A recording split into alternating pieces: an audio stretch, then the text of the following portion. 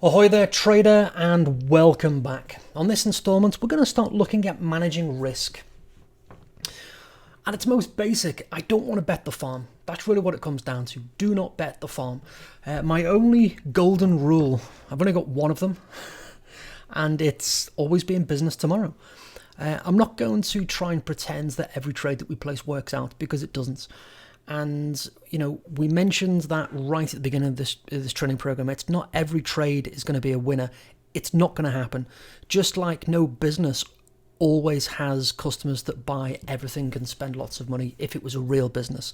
Again, trading it is a real business. It's just like any other business. Some days are going to be good, some days are going to be bad, and it's an average profit. And we hope to be consistently on the increasing side of a profitable business.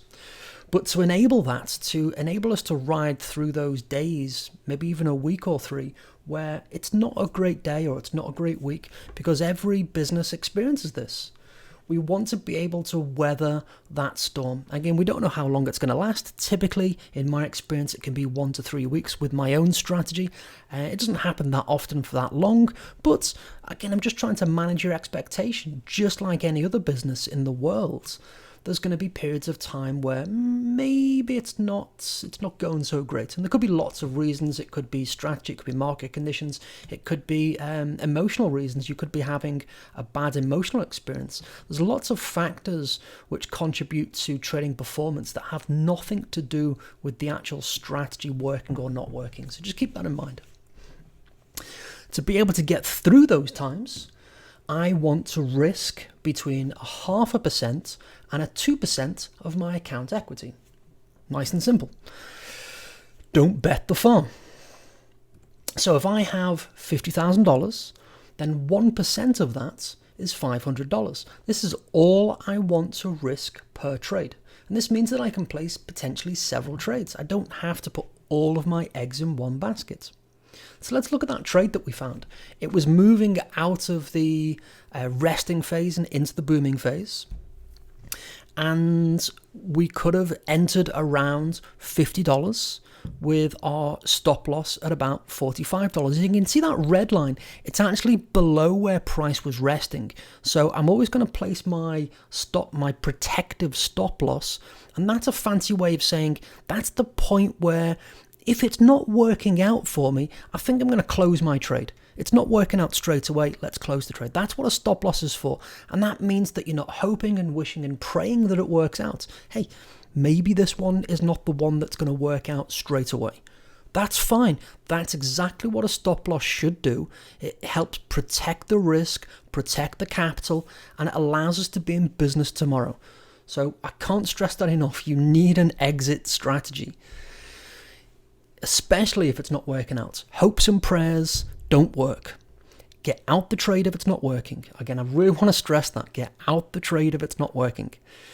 So we want to enter, in this case, as it moves into the trending phase from the resting phase, and then I can place my protective stop loss, my risk control, about $5 lower.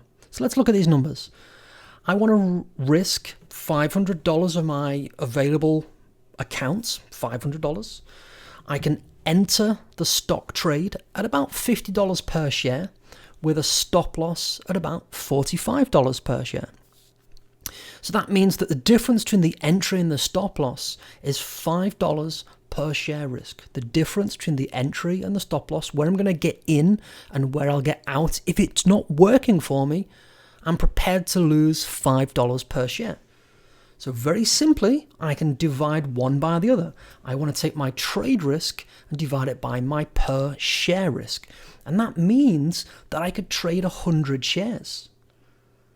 So if I enter at $50, and let's just say the worst case scenario happens, it doesn't work out for me and my stop loss is reached, I can automatically close my trade and I will lose $500.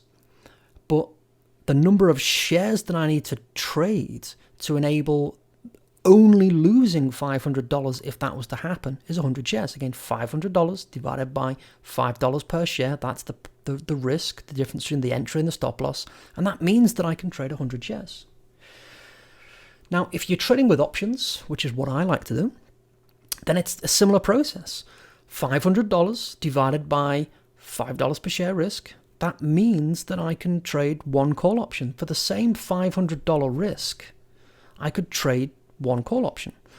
Now, one call option controls 100 shares. It's pretty cool. So it's the same, or it's a similar process.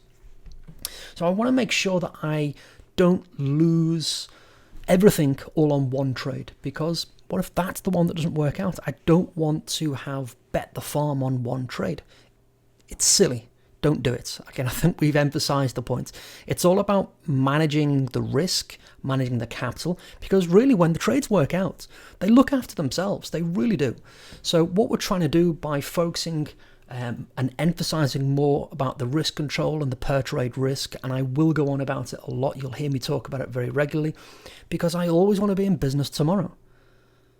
Because when the trade works, it's really easy. Targets can be as simple as 2 times risk or 3 times risk. Let me say that again. Targets can be as simple as 2 times the risk or 3 times the risk. So if I'm risking $500, then I want to be rewarded at least 2 times. So I can make $1,000. Or maybe we want to be a little bit adventurous. Maybe I want to make 3 times my risk and go for $1,500. So when that target is reached, close the trade. Profits is guaranteed and assured at that point. I'm going to say this one more time. For the same reason that we said close the trade if it's not working, don't get greedy. Do not get greedy. This strategy works by taking small profits when they're there.